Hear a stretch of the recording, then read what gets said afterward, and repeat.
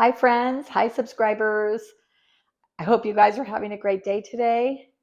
I have not been out in the garden for a while. It's starting to get cold here in California. It started raining, but I did go out the other day and I harvested, I believe, the last of my peppers for the season. I got a couple pounds, a large variety, jalapeños, anaheim, poblano, banana peppers, bell peppers, and I am looking for a new recipe, so I decided to try the sweet and hot pepper relish. I will be canning it. I'm going to just be doing a water bath. This will be a quick video. I'm just going to show you some of the steps I took, and then we'll see how it turns out. Thanks for following. Just a note, I do have a face mask and gloves that I really recommend that you use if you follow this recipe. I have not done it in the past, and I've gotten burns that go on for days. I've tried the milk and everything, but believe me, I've had burns for several days. And also breathing in the fumes of all the spicy peppers is not the best thing for your lungs. So get prepared. The recipe that I'm going to be using is from the University of Georgia's Food and Agricultural website. And they recommend a 50-50 blend of sweet and hot peppers. As you can see, I have a lot of jalapenos in here, but I also have lots of bells. So I'm going to go ahead and just go ahead and prepare them by taking the seeds and the stems out. And then they recommend that you grind it with a meat grinder. You could use a food processor, or you could just dice it by hand. But I actually have a meat grinder that I've never used before, so I'm going to try that. The grinder that I'm using to grind the peppers is the Kitch Tree, and I also use it for straining my tomatoes when I'm making tomato sauce and preserving my tomatoes. It all gets all the skin and the seeds out of the tomatoes. But for doing the peppers, it's also a food grinder, and it can grind vegetables, it can grind cheese, breadcrumbs, meats, and things like that. So this is what I'm going to be using to grind the peppers. So here's how this looks on my KitchenAid. It just fastens right in here, and there is a gear that goes in here. This screws on. This is a plunger to push down the vegetables or meat into this this main chute.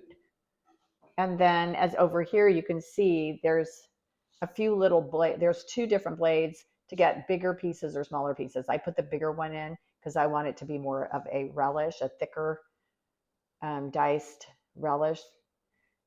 So it is because my peppers are so juicy. As you can see, they're actually little pieces, but they're much finer than if you hand dice them.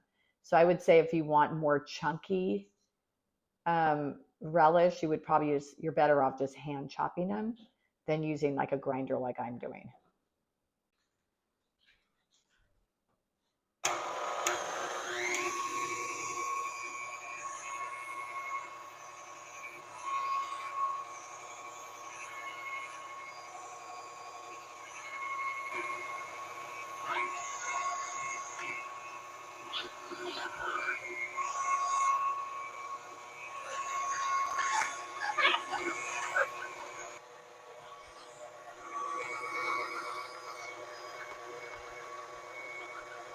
I ended up with 5 cups of ground peppers.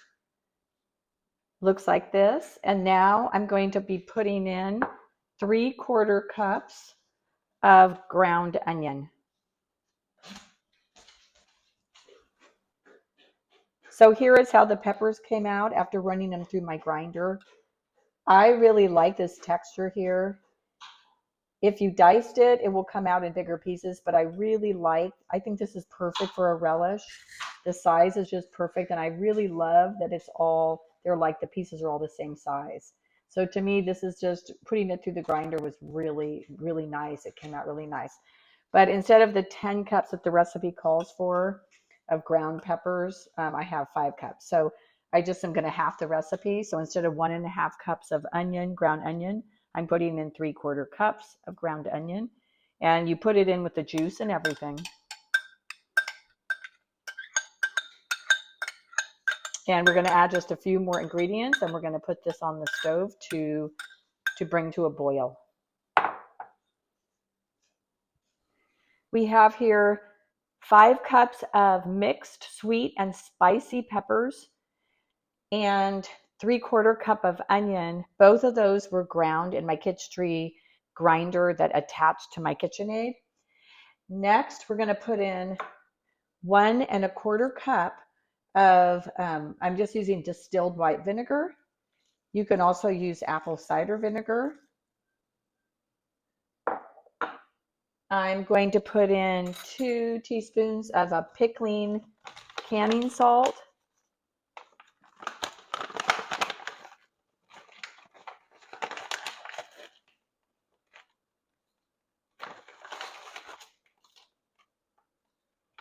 And I'm going to put in 2 teaspoons of mustard seeds.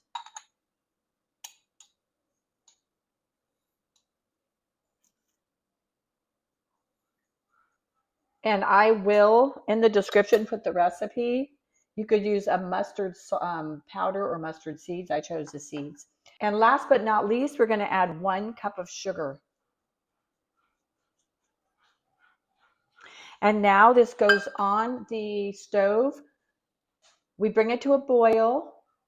And once it's boiling, we lower the heat and we turn it to a simmer, and we simmer it for about 30 minutes. So I will be back. I have this on high heat right now. I'm going to try to bring this to a quick rolling boil. Then I'm going to reduce the heat and let it simmer for 30 minutes.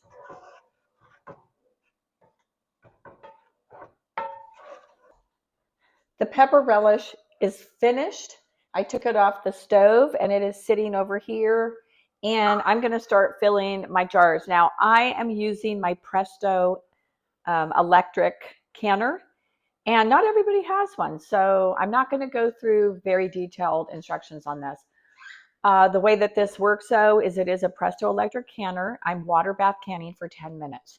So just using good procedures with canning. You know, I have my jars in the Presto canner. You put the jars in and it sterilizes them and heats them to the perfect temperature, and then it gives you a signal that it's ready to fill the jar. So that's where I'm at.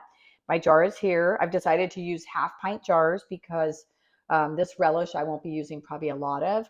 I'll just want a small bit, a little bit of it to put on my different foods. So I have my funnel and I have my soup thing here and my ladle. Sorry, not a soup thing, but a ladle. And I'm just going to go ahead and start filling it up. The Presto canner, you only fill 1 jar at a time, and you keep the rest of the jars sitting in the hot water, so they're at the right temperature when you can them. So this recipe calls for 1/2 inch of headspace. So I'm assuming everybody watching this may already know what I mean by this, but if you don't, you can watch other videos that I've been very detailed in my canning. So I have this measure, and I'm going to do 1/2 inch and make sure I can put a little bit more in. I'm going to go for the juice. Put a little bit more in here. That's about 1/2 inch. It's a little more actually, but it should be okay. You're going to go in with this end part and try to release air bubbles. You're going to wipe the rim. Be careful you don't burn yourself. It's very hot. And over here I have my hot water sitting with my canning lids and rims. So I put this on, and then I usually use this so I don't burn myself. And I just hold the jar and I use my hand to just twist it on. Now with the Presto, now I take this back, I put it in the canner, and I remove the next jar. And that's how this works. So here's my Presto canner. And as you can see, it says fill jars. So as I look in, you will see that the jars are all sitting there. They've been heating and they're nice and sterile and hot and ready to be filled. This is the one I filled and I just put in. Now I remove the next jar and I just continue the same thing until I have all my jars filled and in here. So that's what I'm going to do. And I'll come back when I finish. The hot pepper relish is finished and it is absolutely delicious. It does have a kick to it, but unless you absolutely hate spice, If you hate spice, you won't like this. But if you're like me and you can tolerate mild, a little between mild and moderate, mild to medium spice, you will absolutely love this. This is like a cowboy candy type of a thing. It's like jalapeno peppers, but it has sugar in it. It's sweet. And so it's got this sweet, yummy taste with a kick.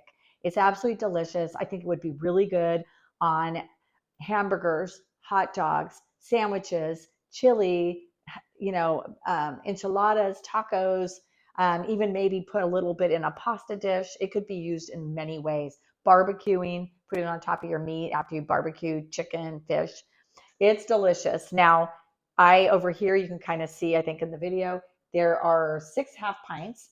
So I only made half a recipe because I only ended up with 5 cups of peppers. So I've got my 6 half pints. If you do a whole recipe, you'll end up with 12 half pints or 6 pints. If you use red peppers and yellow peppers and green peppers mixed, it could be absolutely gorgeous. It could make a wonderful gift for the holidays for families and friends. Maybe you could even sell it if that's your thing. But mine didn't come out gorgeous. I only used green peppers and a few yellow, but it certainly tastes delicious, and I'm super excited. Thank you for following Organic Oasis California. We love our channel. We love our subscribers. We love the fact that people are watching our content and enjoying it. Please let us know if you are learning anything from this channel. I was a teacher in my life before I retired. I love teaching. I love showing and encouraging people to try things, new things like gardening and cooking and things like that. So thank you so much and have a wonderful fall.